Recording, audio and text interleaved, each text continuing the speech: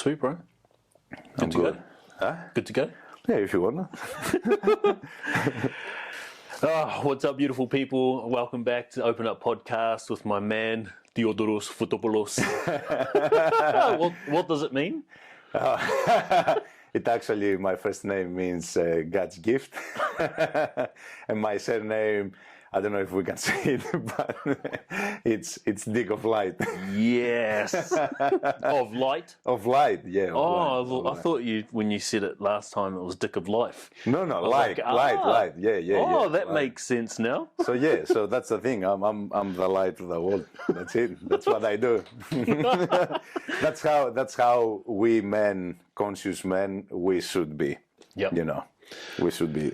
And I guess the reason, it's been a long time coming actually having this conversation. Yep. That's the reason why I'm excited to have this with you, is because of, before this chat, we had a massive chat. Always. and any time we do get together and we have a conversation, it goes to a depth that I don't get with too many people, especially men. Mm-hmm. Especially with it being from a place of being grounded and not overly conscious, like conscious, I guess. So I'm just really excited to see what comes out, to talk about your backstory, which I don't think too many people would know about. No. Like what's led to you being this fatherly, like grounded, masculine warrior figure within this space, if that makes sense. Thank you, bro. Thank you. So you want to give us a bit of background? Actually, no. First question, how would you describe yourself as a man or human? Either one. Okay, I would describe myself as a free sovereign being and a full spectrum man. That's how I see myself. That's who I am. Explain that for me. So, first of all, free sovereign being, like I never gave my power to authorities, like how we are conditioned from a very young age to do. So I always, from a young age, I was really conscious and I always questioned everything. So I never allowed myself, I questioned religion and everything. So I always try to take over control of my power and basically free my mind, keep the freedom in my mind as much as possible. It's really difficult because obviously you have the education system and religion and all the stuff. So I had to break through that. Yeah. But I always saw myself like that. I always had this thing don't tell me what to do. I would always do my own thing. Whatever I felt, I needed to do. I'm sure most people, if they've met you, have met I don't know if it's right to say politically correct, but the Greek passion. Oh yeah, 100%. It's like you're always very open and very, very expressive, which upon meeting you, I hadn't met anyone like that before, unless it was someone who was just overly negative and who wanted to complain and whinge. Yeah. Whereas like you, it's with everything, it's expressed very openly and passionately. How's the cultures differ between where you were brought up and where you are now? And compare here, yeah. It's actually very different. And the funny thing is, because of the way I am, as soon as I came to Australia, people perceived me as aggressive. And most people still see me as such. But that's not the case. It's just I feel so alive and so energetic, and I'm so passionate, even just being alive, that that comes out all the time. So that's the thing with me. And especially in Greece, at least you have this freedom of actually expressing yourself. So if you are angry, you can express yourself no matter how you feel, which is awesome. Yeah. And you have outlets to express yourself. Whereas here in Australia, it's actually the complete opposite. If people see you swearing or raising your voice, straight away, everybody goes really, they don't know how to deal with it. Yep. And, people are really suppressed here, especially with their emotions, which is, I saw it straight away as I came here. And I got into an environment that I had literally to suppress myself in order to fit in. But luckily for myself, I never did that. You cannot contain or restrain this power. When you say there were outlets back home in Greece, what are some of those different outlets? So you have, obviously you have sports. Yeah. Like it's one of them. Then you have your peer group, like, or your tribe or your friends and stuff like that. Like that way you associate with everyone. It is like that. What do you mean? Like just being super forward? Yeah. Like super forward. Like even if you want to have a fight with a friend for any disagreement and stuff, like you will do it. That's it. Like there's no holding back. Like you can actually express yourself. Nobody will judge you like that way. Like it's that normal there. Like that passion and like even the aggression and like you can actually express even your anger, which a lot of people do not get that sense. Like, so I was luckily like that, especially because of situations that I had later in my life. At least I could express and not let it consume me. So what was it like growing up in Greece, or what was your experience of it? It was a very hostile environment. And the thing is, especially my city in Greece, which is Patra, it's the third biggest city. It's considered from all the other cities in the country basically like the worst, like the mentality of people. Yep. Like, and I've experienced that a lot when I went to the military, because you have to go there for a whole year. And as soon as I went there, I saw like how all the other people from other cities in the country actually perceived us. And it's always like backstabbers, like liars and show-offs, like all those things. And this is literally the mentality of men in my city. So I grew up in an environment that unless you actually like showed off like with a car or good clothes, like, or, like being big and aggressive, abusing women, like the stereotype of the masculine that you had there, it was the worst. So I grew up basically like around that. Okay. Did you take on any of those traits, or did you have like a solid family unit where you're, I guess, modeled better behavior, or how to show up powerfully as a man? Yes. So I was really lucky because of that. So the masculine that I had inside the house because of my dad, he was a complete opposite. The complete opposite though. Like he was so solid, and he had like this masculine essence that it was literally the complete transition compared to what I was seeing out there. Obviously, we had also our disagreements and stuff like that, but at least he gave me a really good foundation of how, the most important thing, how to treat feminine, how to treat women. He was always there for my mom. He was the protector and the supporter, like, and always he was there for all of us. Like, because he put me to sports from a very young age. Yeah. I literally, there was not even a single game that he was not there. That's cool. Like, it was almost like I had these wings behind me. Like I had this guy always like being there.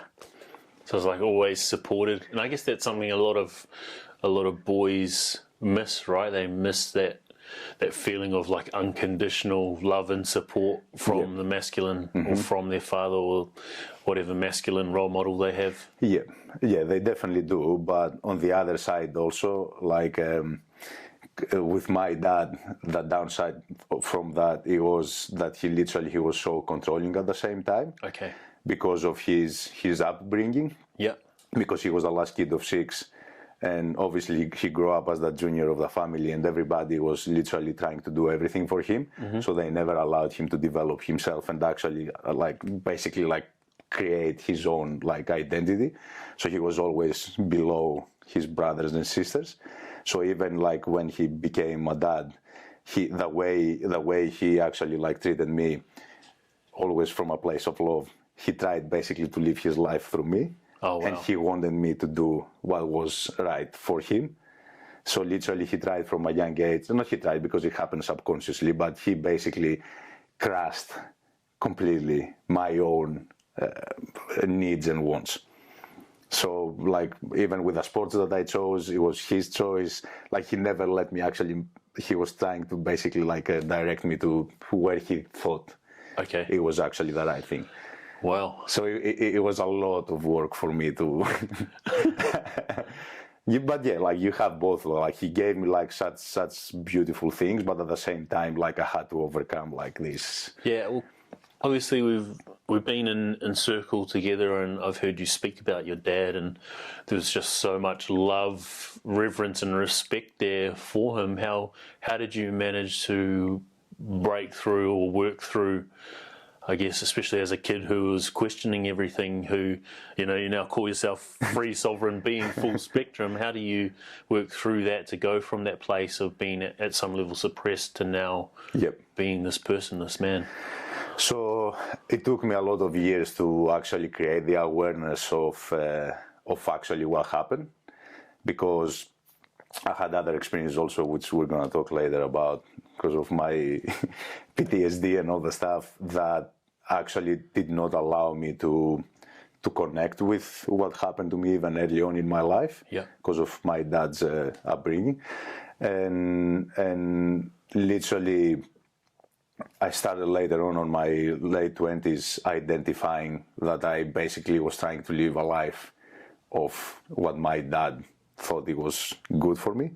So as soon as I did that, I tried as much as I can to basically discover and connect, first of all, closer with myself and discover like what my basically needs are and what I want to explore and develop in my life.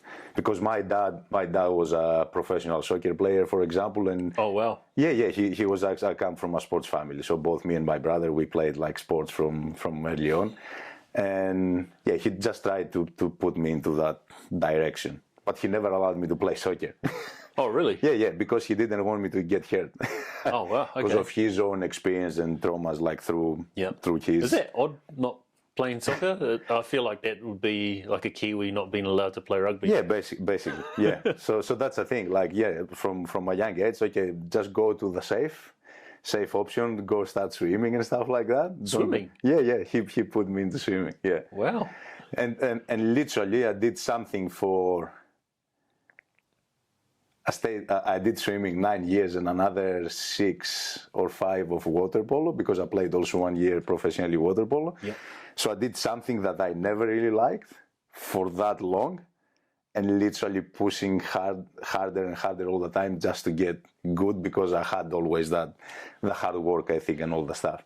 Do you think, because I guess growing up with friends who did swimming, they always had to get up stupidly early, go to swimming, and then after school, if they did it again, they'd stay there stupidly late. Do you feel like swimming and being in something that you didn't necessarily like help you become this man that you are now? Like you're very grounded in the warrior who is like assertive and decisive and structured and regimented. Do you think that's led to where you are now? Because you're very disciplined as a person. Yeah, 100%. 100%. I'm thankful for that, because I believe also for men, actually doing things that you don't like, it has a lot of things to teach you. So for me, because I learned that early on, like working really hard for something that I don't enjoy, it actually taught me to basically have the discipline and actually like, getting good at something without necessarily like actually expecting like an outcome and stuff like that. Yeah. So throughout my life, I would consistently try all these different things, like from jobs to sports to like, I would explore everything until I find the thing that actually like makes me feel good. But you can learn so many things from that, because if you become good at something that you don't like necessarily, imagine what you can do when you find that thing that lights you. I was just going to ask about that, like how to transition that discipline and that drive and that motivation or that internal fire from something you don't like, and how that sort of changes you and the way you approach something when it's something that does light you up. Is there any change in that? Not really. For me, I just apply the thing that I learned from doing something that doesn't fulfill me to basically putting all this energy to the thing that actually does that. What's your relationship to the outcome as someone who is driven and disciplined? I never look at the outcome. For me, it's always about the journey. Where does that come from? Because if you're not someone who's in that space, it's a very hard mindset or perspective to take on board or to cultivate. Yeah. So the problem is, in our society nowadays, we are literally conditioned to always put goals and hard goals and stuff like that, trying to achieve consistently, which completely robs us from enjoying the experience. And that's why we live a life consistently, like just trying to achieve things and hit goals, but we never live, because you're always, trying to hit a number or trying to, get this amount of money and stuff like that. And for me, because I realized that early on, for me it was about actually living at the moment and actually having a good time during the process, and actually being there, being present with the experience, which actually makes it even more fulfilling when you achieve that goal, or if you go close to the goal. So for me, it was that journey that, and the experience. Does that mean you've been someone who's been fairly comfortable within yourself? Because I feel like when you're setting those big goals and you have an outcome and you're attached to the outcome, and I guess like from the eye perspective, when I've set goals and I'm attached to the outcome, it's generally because I'm not comfortable with myself and within myself, so I have that outcome or that goal as something that's going to make me worthy if I get there. Mm-hmm. Have you been someone who's fairly comfortable to not be attached to that? Yeah. I will share a story with you so you can understand the magnitude of that. So when I was 29, I was still in Greece, because this is where I left when I left Greece to come here. I was working, after I finished my studies as a physiotherapist, I was working in the best clinic in my city. So the guy that he owned the clinic, he's actually considered now in Greece probably the top physio manual therapist. Yeah.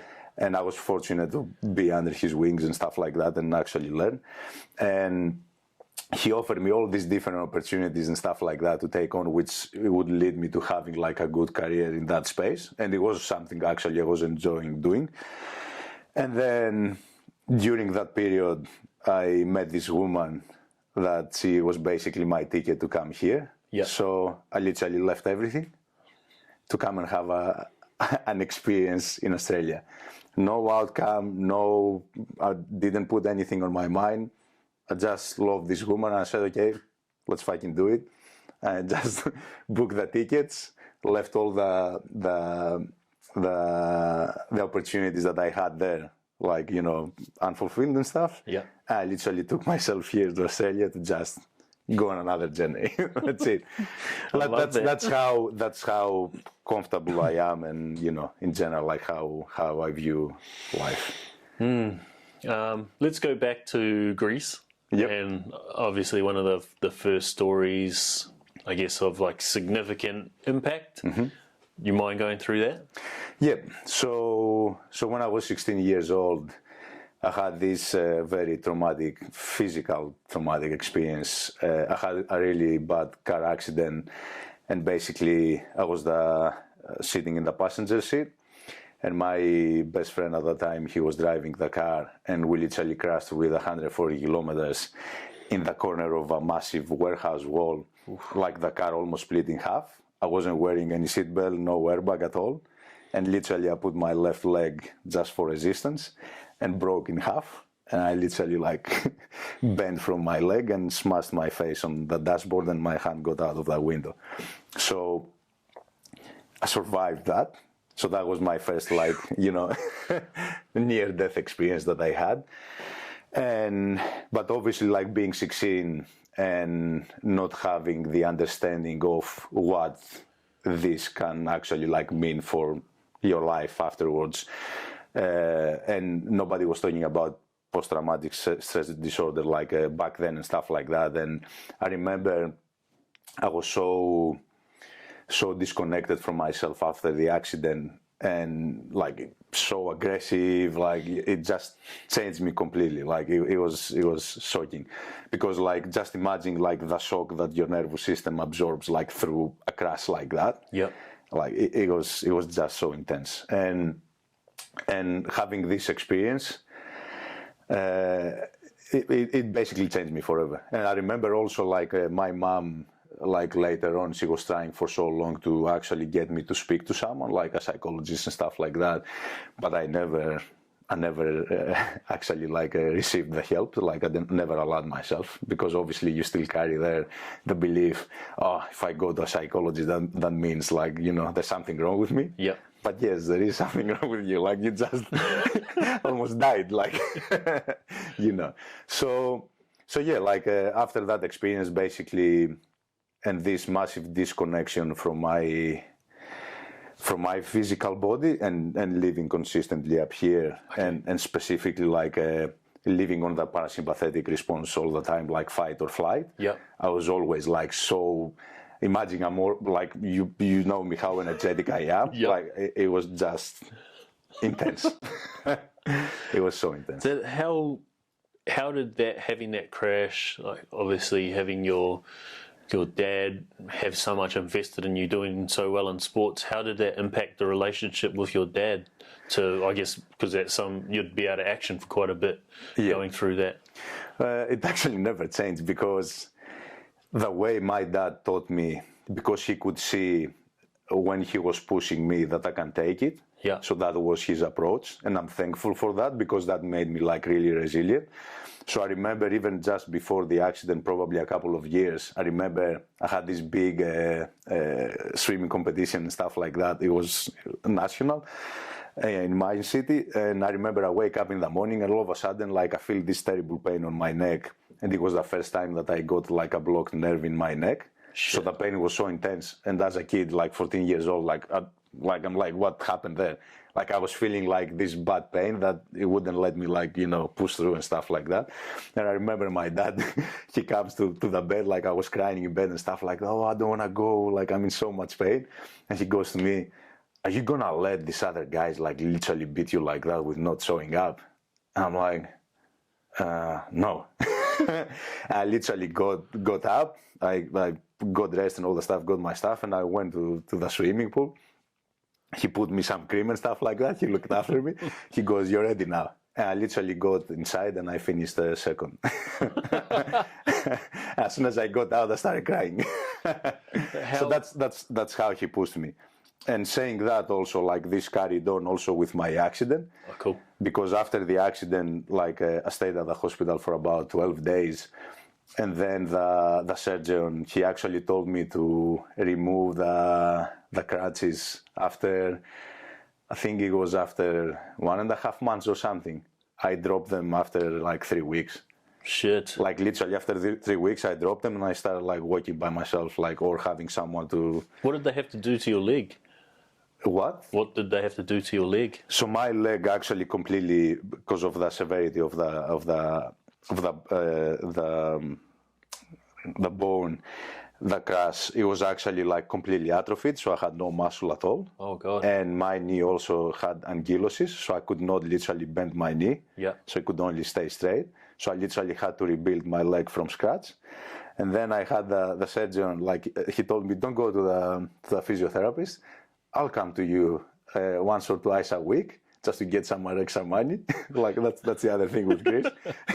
that's the culture there. Just to get some extra like 50 euros and stuff.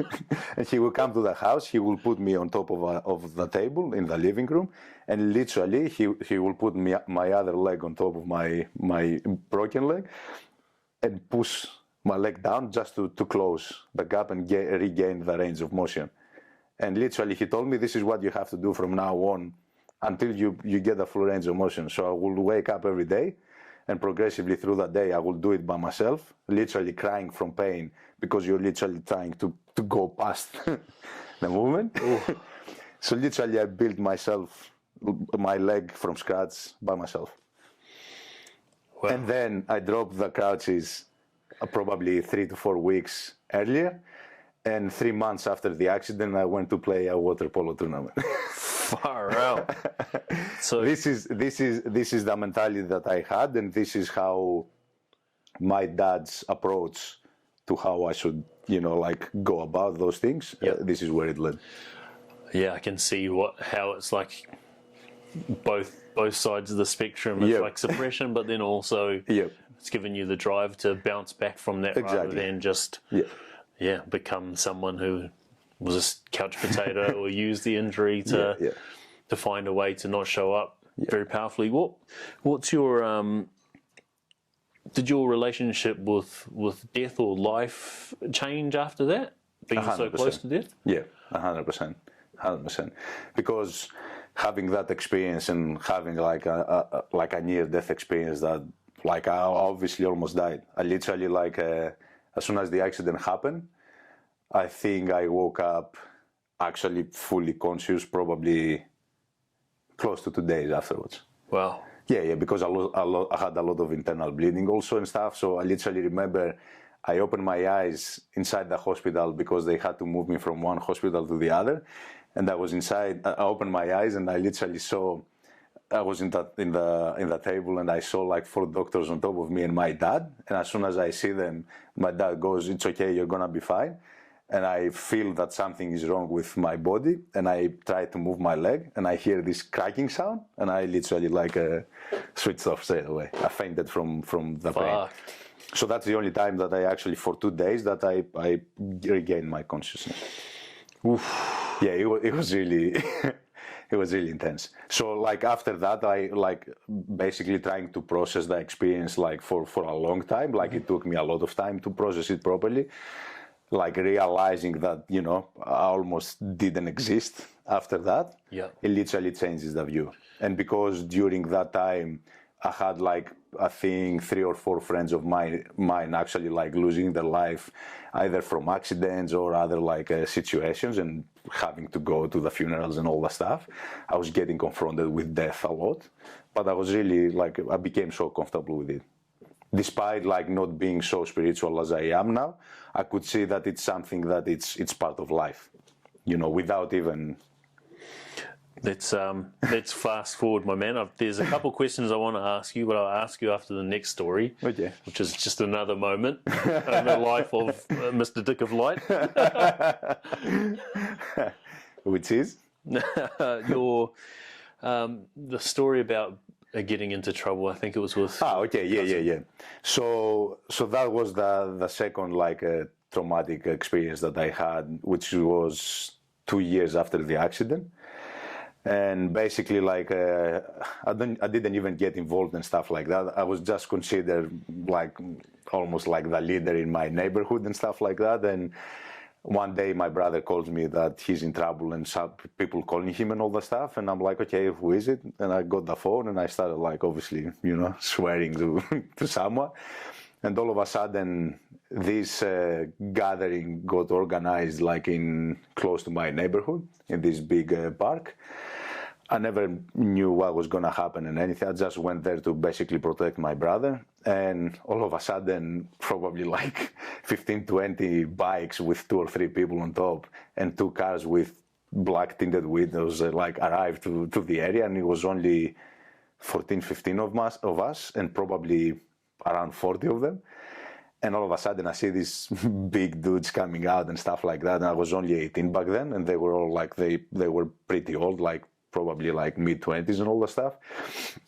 And I recognized some of them. They were part of the underground like mafia system in my city. And basically like through this experience there, I was literally in the corner and all of a sudden everybody like comes to me and I look at the back, all of my friends left. And it was the first time in my life that I ever experienced actually having that feeling of not being safe and not having someone to have your back. Because always like I was feeling like I was feeling invisible because having my dad, you know, so I knew always someone has my back so I could go and, you know, do whatever I had to do. But this time everybody left me and I felt like so betrayed straight away. So I had basically almost half of the guys, like 20 of them, literally surrounding me. And basically through that, me and my cousin, like we got stabbed. I got hit like with chains and like big like metallic bars and stuff like that. And I tried to protect my face. So I had a guy in front of me trying to hit him, but I was getting hit from the back. So basically after having the accident, I had another experience that I almost lost my life. because like they hit me even behind the neck, like it could have been like pretty bad. And it was the first time I lost like that feeling of, you know, people having my back and feeling betrayed by the masculine and specifically like my friends. Yeah. So that was another experience that changed a lot for me. That's a huge one. Yeah. And we're speaking earlier, I'm not too sure if it was on this or the pre-chat, but speaking about you reframing your relationship with pain, did like that propensity or that drive to go towards pain come from those two experiences and not assimilating or processing them emotionally? So definitely comes from that, because like when you physically experience such severe pain, like it almost becomes your normal after that, and because it happened like so close to each other. But at the same time, also because of the way my dad taught me that I had to push through the pain and all the stuff. So for me, it was easy to do it. Yep. Like no matter how much pain I was experiencing, I could push through. So I don't really know if necessarily I was feeling it properly, but you know, like I created this really deep connection with pain. And because I experienced so much of it, like I just seek it all the time. And through all my 20s, like basically this is all I was doing. I was trying to figure out ways how I'm gonna feel that again. It was really weird. It was really weird. Where does that change for you? Where does that shift for you? Where do you get that aha moment where it's like, shit, I'm actually aware now that I'm going towards pain for growth, achievement? Like, where does that come in, and then how does that shift? Because I can see that present, like just in myself and the way that I've shown up within my own work. Like it's been really hard for me going through this journey to acknowledge the good and to enjoy the ups, because I've been so focused and concentrated on I need pain, because pain equals growth. So what was that point for you, that shift, and what's it been like? For me, it took me at least 15 years. So basically, like I had to come here to process things properly and create the awareness of what actually happened to me. And I think also like the way my life was shaped, that's why I chose also physiotherapy and in general like studying extensively the body and the anatomy and all the stuff, so I can actually understand like really well how things work. And when I came here to Australia, I became so aware of especially the autonomic nervous system and the difference between the fight or flight response, or like the rest and digest, which is basically sympathetic and parasympathetic response. So for me, the work that I started doing with myself, trying to get out of the fight or flight and being more on my parasympathetic, this is where everything started to shift, because all of a sudden I found myself actually feeling more of everything. And then I realized that for so long, everything that I did, from my abuse of stimulants to like addiction to sex and pornography and all the stuff, it was ways for me to deal with that. But I never understood it until basically probably 5 or 6 years ago. So it took a long time. Well, what was in terms of you being so connected with the body and being so hands-on, and obviously being in a position where you help people now drop into the body and feel what's there. What was that process or journey like with actually trauma, or releasing trauma, or processing it? My own process? Yeah. I read a lot. I read a lot of books in regards to trauma and, you know, trauma release, like breath work and all that stuff. So basically, I was trying to create practices for myself that allowed me to stay more inside my body and get out of my mind. Yeah. Because a lot of us men will consistently stay up here and we try to analyze everything. So that was a big shift for me, like exploring breath work and sexuality practices and all the stuff. And this is basically how I got that sense for the first time to even starting to release a lot of that damage that had happened. Like the physical trauma, first of all, but then also like the emotions and everything else, from anger and everything. Yeah. So, and that led me also to my biggest teacher, and the way I did it, which is the plant medicine, which is I'm still exploring a lot. So That's awesome. What was your first experience like with breathwork?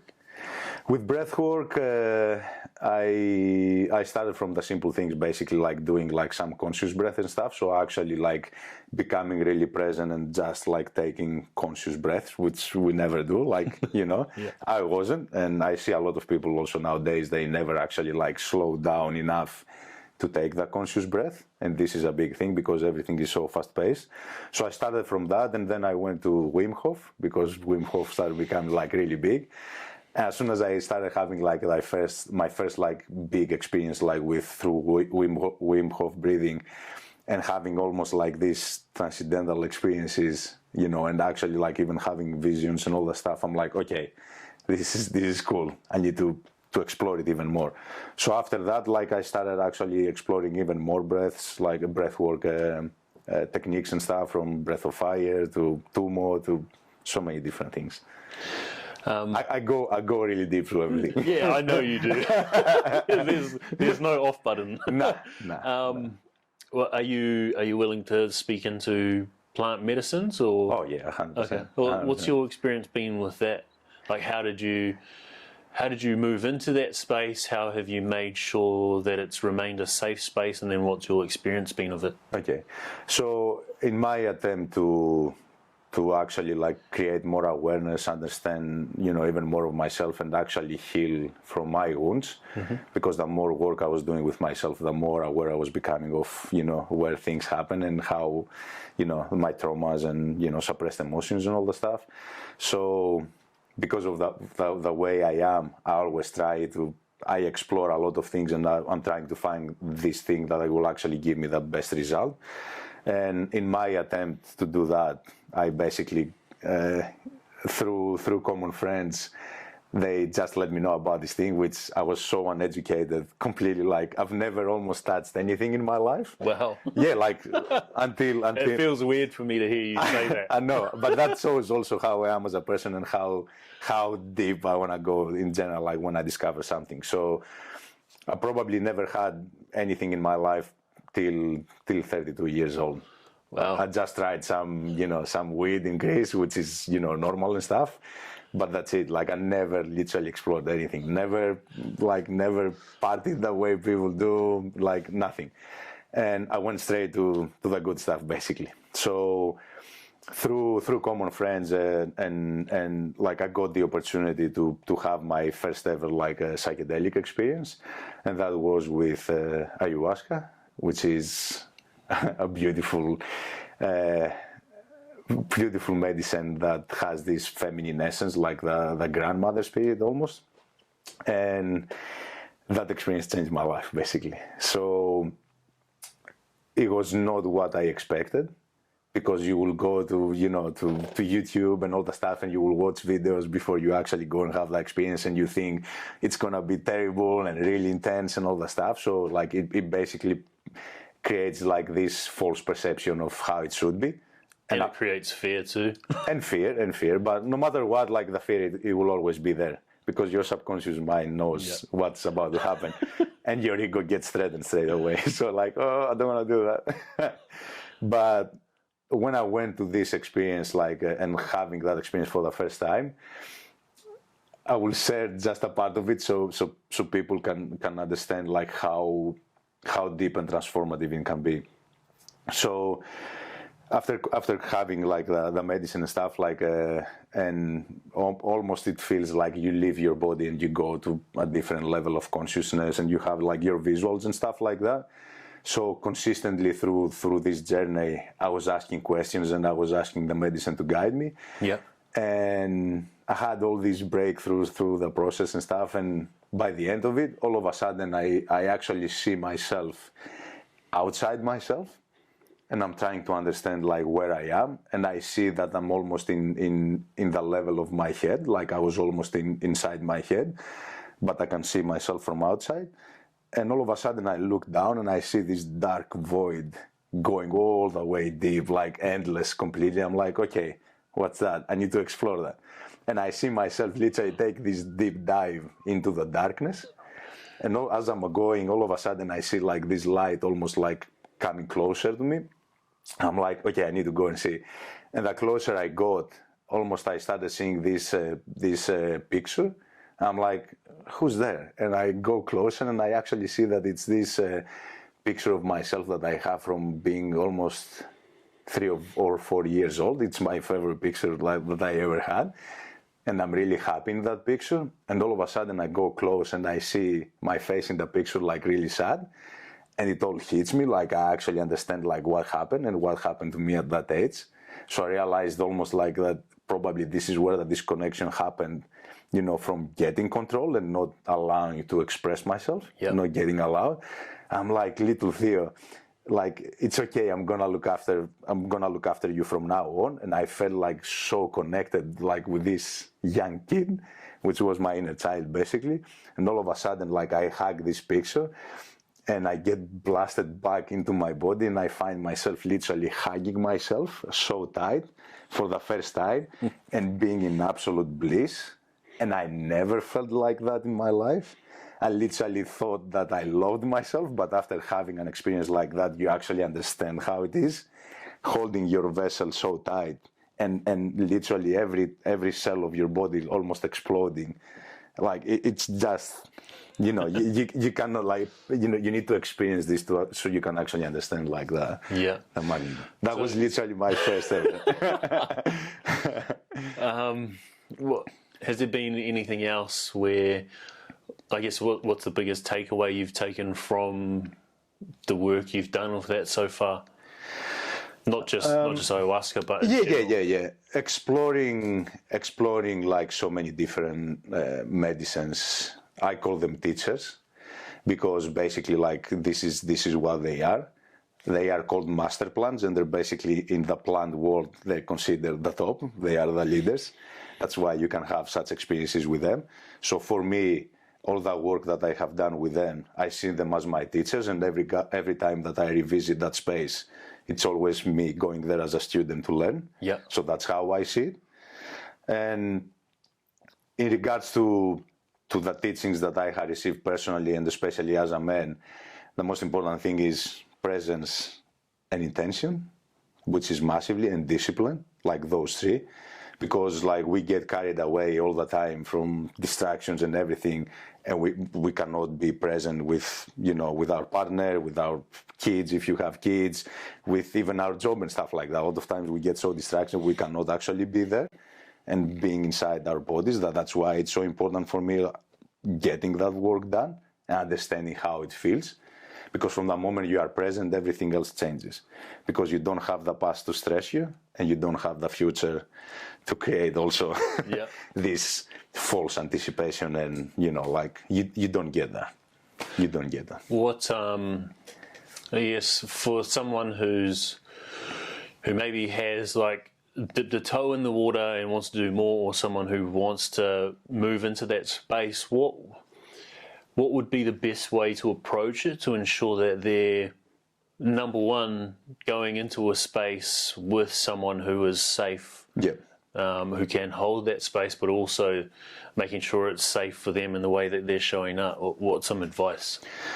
First of all, it's all about education. So people need to educate themselves for everything they do before they do it. So actually understanding the medicine or the substance, understanding like the process, the environment, like how it should be held and all that stuff, and then actually creating a relationship with the person that holds those spaces. It's very important, because if you don't feel safe with someone, it can go bad really fast, which is really important. And I would suggest to people, like, if they choose to go and actually have experiences like that, it's better to go first either in South America, like where actually you have proper like lineage shamans and stuff like that, because there, you know, you still have some danger, because, you know, the masculine again, you know, like always, like abuses power and stuff. But at least there you can have an experience that can be also integrated properly. Yep. Like actually having like the proper retreats and stuff like that, because it's a container that you will have the experience, and then they give you the space and the time and the tools to actually integrate the whole experience. Yep. So it's the best way to go about it. So I would suggest that to people, but for me the most important thing is education. Okay. Actually educating yourself and understanding what you are about to do, why you are doing it, your intentions again, and basically, going there without expectations and allowing yourself to connect with that intelligence that the teachers give us, because they are very intelligent. So if it's someone who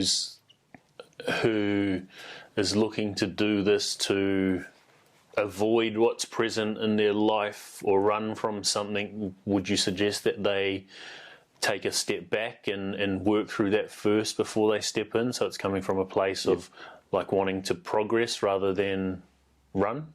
100%. 100%. Because in order to go and have an experience like that, because it's not easy. It's not okay, I'm having something and I'm having fun, like I'm partying. It's not at all. So if you are not committed, or if you are not aware of, your traumas and stuff like that, and you are not going there to actually like heal and, release or anything else, don't go. Just don't go. Go when you are ready to do that. Go when you are ready to look yourself in the mirror and actually face that person. Because this is how I feel like majority of people nowadays are like, they cannot even look themselves at the mirror. Yep. They're not true with themselves, and they are afraid to go inside. And that's why everything happens, But this is where all the magic is. Like, you need to go inside. But we are conditioned so much to look everything externally, which like completely robs us from everything.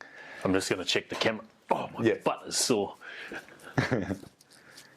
Yeah, we're still good. Batteries are still good. Okay, awesome. I'll probably just leave that in.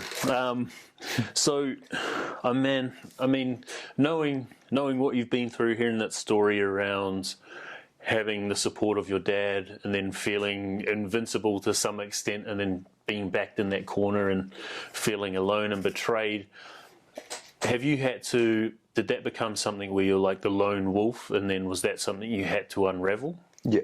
100%. I'm the definition of the lone wolf. I took it to another level. That feels weird to hear you say that, because I feel like you're someone who's so deeply connected to so many different people. So it's hard for me to picture you as a person. No. Even myself, when I realized that I was the lone wolf, like it actually hit me hard, because in my mind I thought, because I'm there for everyone and stuff like that, that I'm actually allowing people to support me, but I never did. Like, it was a big misconception that I had. Yep. So literally I lived like after that experience, and because I betrayed a lot of other times also from men, from friends, or, close people that I had in general, that I gave them a lot and I was there for them every time. And as soon as I needed something, they were gone. Yeah. So having those experiences, it basically, taught me, okay, nobody's gonna come and save you. Just go and fucking do it yourself. And this is what I did. Yeah, I was. So how do you transition that then from being in that place where you give so much and then people aren't there when you need them, to giving yourself permission to trust and surrender enough to find people who are there for you, who you can love and support without the expectation being there that they give the same back? How do you go from that place to this place now? For me, it's still a work in progress. So I'm still working on it, because I still catch myself actually going back to that pattern and actually, okay, no, I'm going to do everything by myself. And I think if someone says they're not, they're lying. No, 100%. So if you are a man and you say that, 100% you're lying. I still work on that, on that part of myself, like, extensively all the time. But the thing is, recently also, because being 37 years old also, like, and You're in good nick. being also like, 37, and also like have experienced like so much in my life, living in so many different like cities, and like with interacting with people with multiple cultures and all the stuff.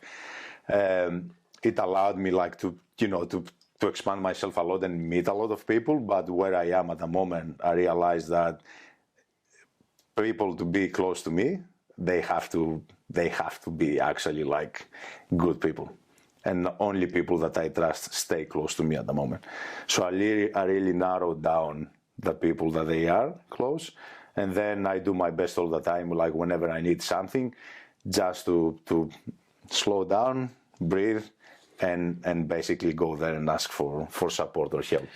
And it was massive, because I went through last year. It was like really probably the hardest ever year that I had in my life, and that actually led me to, for the first time, actually trusting the masculine to hold me through that, because I always had to hold myself, but I knew this time if I went there, I would probably break myself. So I'm glad that I did it, and that taught me, okay, you have to do it. So yeah, that's how it shifted for me. That's beautiful, man. Like, within that transition, how have you cultivated the ability to have enough love and respect for yourself to only allow those people who you deeply trust into your world, coming from a place of like trying to support everyone and being everything to everyone, to have that level of love and respect for yourself, but then to also within those relationships, how have you been able to cultivate an ability to express your needs, but to have boundaries as well? Because obviously those boundaries will determine whether someone can be trusted. You said this is the perfect segue, because the biggest problem for me wasn't actually being the lone wolf. The biggest problem for me is literally having no boundaries at all. Because naturally, like, I'm so energetic, and like I know, like I can deal with everything, and I have so much energy that I can like literally spread it everywhere. I had no boundaries at all, so I would not like put boundaries even on my relationships or anything else. Yeah. So being here the way I did, and being again in rock bottom, it allowed me for the first time to actually understand, okay, this is your time to set boundaries. So through that, with my close relationships, and especially with the masculine, like the friends that I have in my life at the moment, it's a process that we go through consistently. So actually setting boundaries for each other, and actually speaking up whenever it needs to happen, and sitting down probably once or once a week or once a fortnight, and actually have a catch up so we can express ourselves and even set boundaries if some of us has actually like broken those. Yeah. Which is amazing, because I feel for us men, we don't do it enough, and we just stay in that playful state. Okay, yeah, I'm gonna have fun with the boys, but we never actually like sit down and have proper conversations and having the tough conversations. So for us, it's something that we practice consistently, and that allow us to trust each other. And like me having that love for myself now, I can actually like love my friends even when they are not, they are not like the way, like you want them to be in your mind, that's the thing. So you will have that conversation, like, no matter what. I think that's really important though, right? Because if we have these boundaries and people are crossing them, but we're not willing to have a hard conversation, like hard conversation, easy life, easy conversation, hard life. It's like, if we're not willing to do that, then there's going to be this level of resentment building until one day we fucking blow up. I'm famous of that also. I've done it, guilty as charged. I've done everything. I was that guy. Because I didn't have the boundaries and stuff, and at the same time I was afraid also of myself, because of my passion and the way I express myself, especially here in Australia. I still had to suppress myself, and like that led me to have even less boundaries, because I was afraid of literally like lashing on someone and becoming like too aggressive and stuff. I will avoid it completely. so I won't like, go into that state or even hear them. Yep. But it was the wrong thing to do. So it's something that I still work on. Okay. I guess needs is a really important one, right? Because needs will determine boundaries. So, do you have an idea of what your needs are as a man? 100%. I finally got it right at 37 years of age. Yeah, like I feel for myself, I'm at a place at the moment that I can actually express what I want, always, and I make it a must for me. Like even through the practices that I have as soon as I wake up every morning, it's something that I actually like say to myself. And even when I journal, like I will write down actually like what I want. Yeah. Either to achieve or what I want to do today. Like, I will actually practice that consistently. So I won't rob myself from experiencing things, which is really important. And I practice that in my love relationships, with my friends, like with everything, which led me to a place that I was never before. Like, I was considered like really rigid at some part of my life because of, obviously like the things that I've experienced. But now I find myself, I got my playfulness back and I express like my needs even from my inner child. Like I will go and play. I started playing instruments, which I never did in my life because I had this narrative that I'm not good enough to play instruments. So I'm connecting with a didgeridoo at the moment and a drone flute, which is amazing and allows me to create sound for the first time. I started playing basketball again. I still do my intense CrossFit training and all the stuff. And even with my partner, I will actually sit down and I will actually express my needs even sexually. Like I will have proper conversations. Okay, this is what I want, which, most of the times, a lot of us, we don't do. I'm sure a lot of people are like listening to this or watching this and cringing, hey? That's it. Like I've actually done the mistakes and I identified them, and now I can actually work on them like properly. So it's something that I practice all the time now to fully express my needs.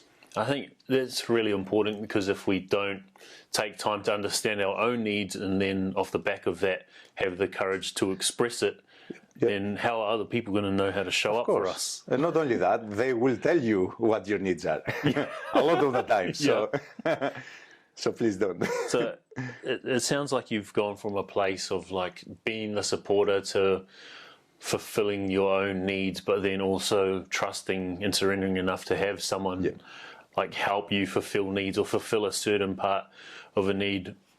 I want to talk about your relationship at the moment, and from what I've heard so far and what I've seen, it seems to be so full of love and so like respectful. It's just beautiful to watch from the outside looking in. So like, do you want to talk about what that's been like? 100%. So going through a massive healing process last year and working through like my traumas and everything else, and especially reconnecting with my inner child. I had to work a lot also with the feminine because I've been hurt in the past like a lot through that. So I needed to reestablish the relationship there and actually having that trust again to surrender to the feminine and be held by that. And through that process, like my partner like came to my life about 5 months ago, which was really unexpected because I was, like I'm not gonna go into a relationship or anything and stuff like that. I'm just gonna focus on myself. But I found really fast with her, I saw that I'm so solid within myself at the moment that I cannot do the mistakes in the past, like get really attached or anything else. So I can still really be myself and focus on my own things, but allow our coexistence to even like heal each other, like, like being together, having fun together and everything. And basically it's the first time in my life that I actually have a partner that I can do everything. Like he'll have fun, play, like create, like everything.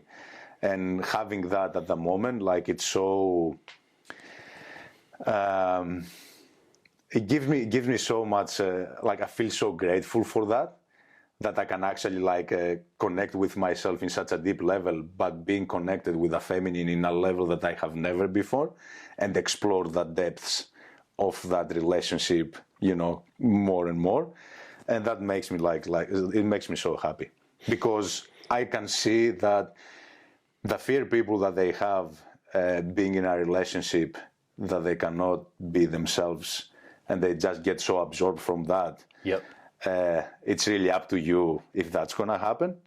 Like, it's a work that both individuals have to put, because you can create something so beautiful, and you can be so happy within yourself at the same time, that the growth that you're gonna get from the relationship, it's way faster. And Do you think it comes back to you going through that pain or that suffering, and then being in a place where you had to surrender and understand who you were as an individual, for you to then be in a quote-unquote conscious relationship where it's like two individuals coming together as wholes rather than coming together to fill each other's void? Of course. And you actually said it perfectly, because I think we see a lot out there like trauma bonding. So people, they actually connect with each other because of their traumas, but not a lot of relationships are conscious. And this is what I saw from myself for the first time. This is the first conscious relationship that I have, and that shows me the potentials of that. So when two individuals have worked on themselves, and they have created this conscious relationship, even with as individuals, when you connect together, you can you can have something really powerful. And and basically having that at the moment in my life, I know it just makes me so happy, because it's something that I always wanted, and I just have it, and it can only happen with someone that actually does the work. That's the thing for me. If both of them, the both units are not committed to work together, it's not going to happen. It's not. Yeah, well, I guess that's pretty clear, and being able to express your needs sexually and having that. Yeah. Having in that every received. level. Yeah, in every level. How many couples do we think actually out there that they sit down and they have a proper conversation and expressing to the other half, okay, this is what I want sexually, or this is what I want in general, in so many other aspects, Do you think this has helped you when you talk about, I think at the start you said you're a full spectrum man. Mm-hmm. Do you think this has helped you go from being overly placed in pain and down this end, into now being this place where you talk about being super happy and super grateful? Yeah, definitely. And part of that is also connecting also with your feminine. It's really important for us men to do that. Yeah. And it's not being said enough. We're so disconnected also, and we don't understand that we do have a feminine, essence with us, and you need to connect with that, And that's why I consider myself a full spectrum man, because I have created all this awareness in so many different areas, and I work on them consistently all the time to figure out how more I can grow, and how to become the man that I have envisioned in my life. And it's really important, because we are so good at focusing just in one area and nailing that down, and a lot of the times it will probably be just financial or work, or just making money. And that's why you see a lot of men also they just succeed, and everything else falls apart.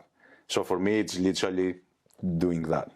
So I guess because you're someone who's so good at networking, that's part of your role and what you do for work, you would have met so many people within fitness and CrossFit, and obviously you come across as someone who's super masculine. So for someone who isn't in this work, who doesn't understand the difference between feminine and masculine energy, for a man who's looking from the outside in and is like, okay, I'm too heavy in the masculine, how do I create that it sounds a little bit weak. It sounds a little bit like I'm becoming a woman.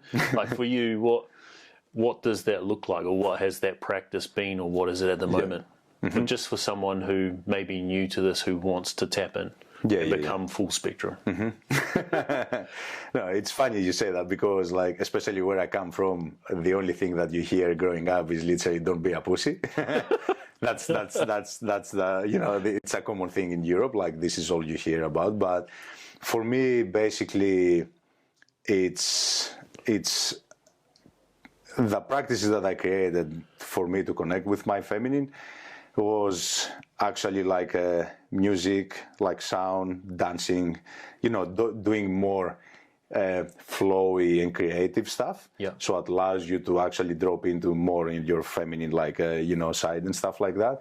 So exploring dance and move, but at the same time also my sexual practices, it allows me actually to drop into more into my body and create also like that relationship.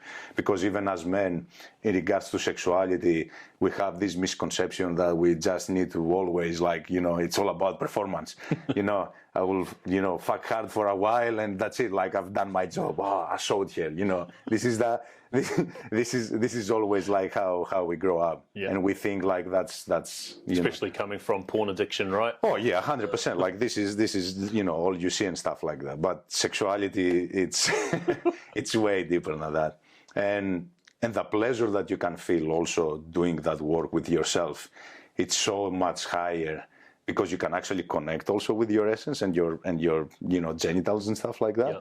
Which this is another big aspect of doing the sexual practices, because a lot of men, they have never actually connected with their cock at all. Like, from a young age, you know, as soon as you ejaculate for the first time, you create that connection, like the connection with your mind. Oh, it feels amazing, this is what I have to do all the time. But it's not like that, and it's always like 2 minutes, you know, they call it masturbation. So it's never like actually about connecting with yourself and self-love or self-pleasure. Yep. For me, I hate that word masturbation. I don't wanna hear it at all.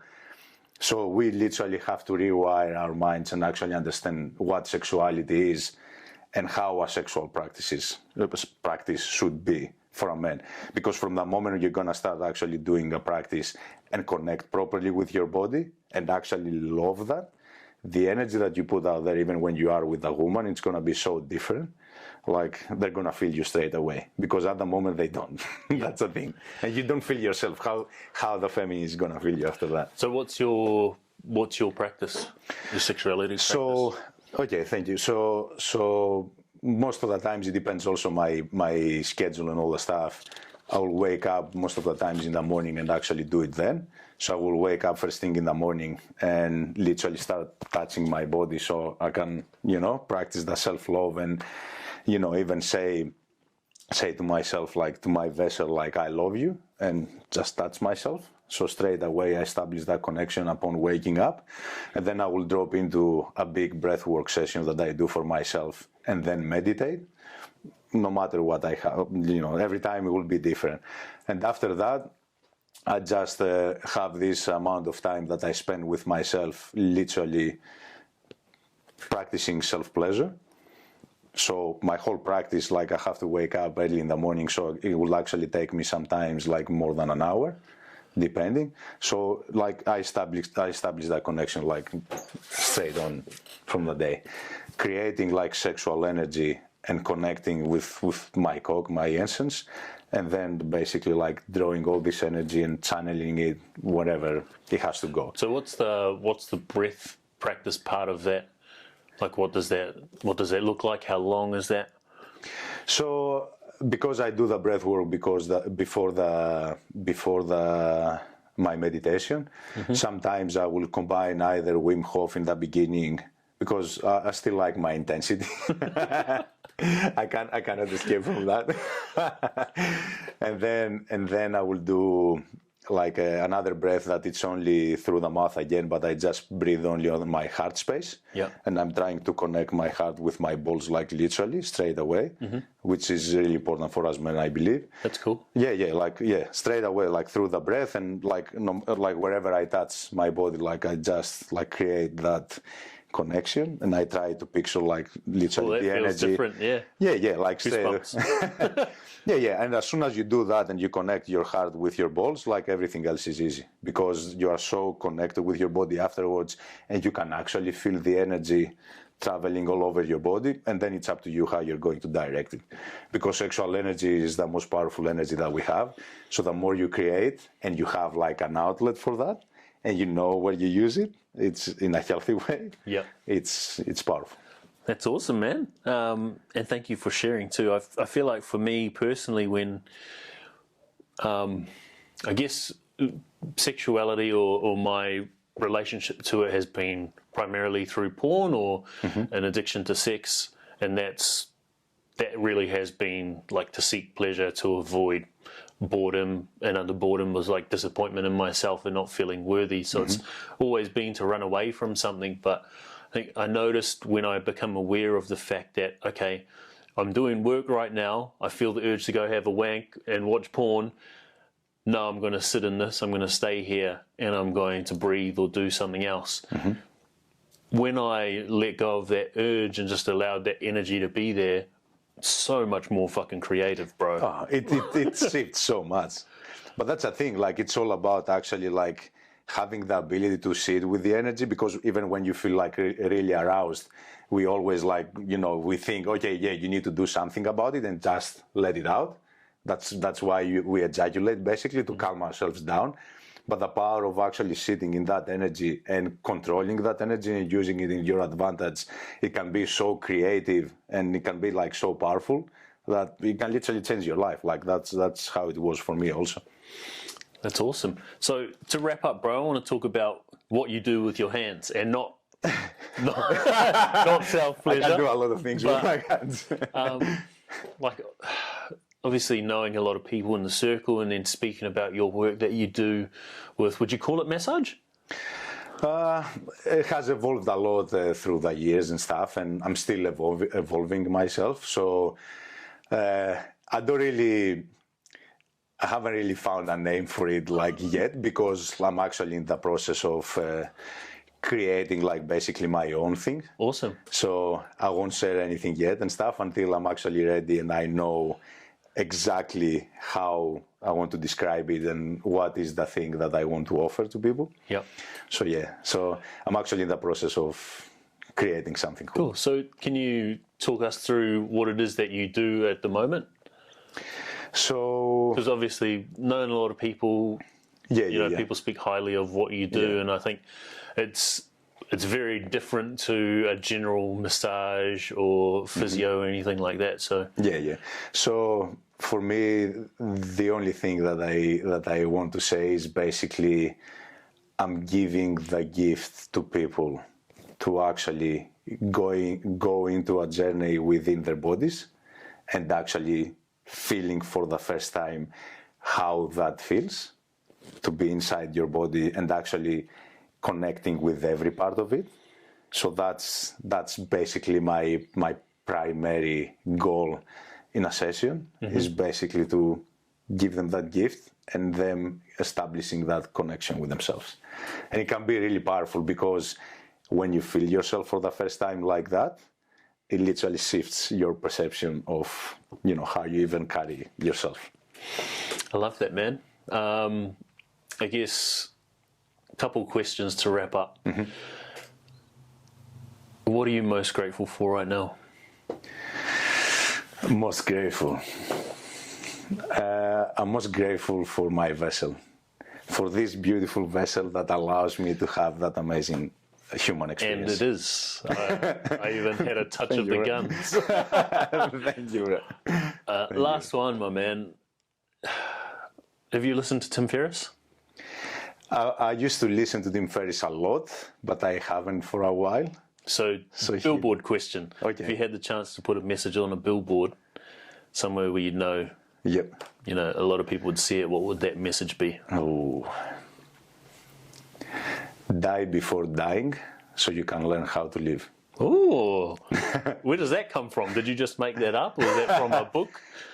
It's not from a book. Like it's something that plays in my mind a lot, but I used to say it in a different way, and then I heard it from I think from Ober and Marcus, he said it in a way, and then it resonated so much with me. I'm like, okay, that's what happened to me basically. So I believe for us, and especially studying a lot of history, also and understanding especially like the ancient Greece and everything,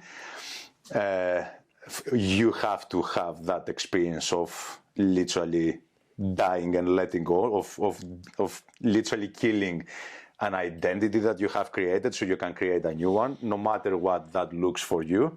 But dying, literally having a death experience before dying, it will teach you how to live. Boom. So, boom. Thank you, brother. Thank you so much. Appreciate you, my man. I love your work. Fuck.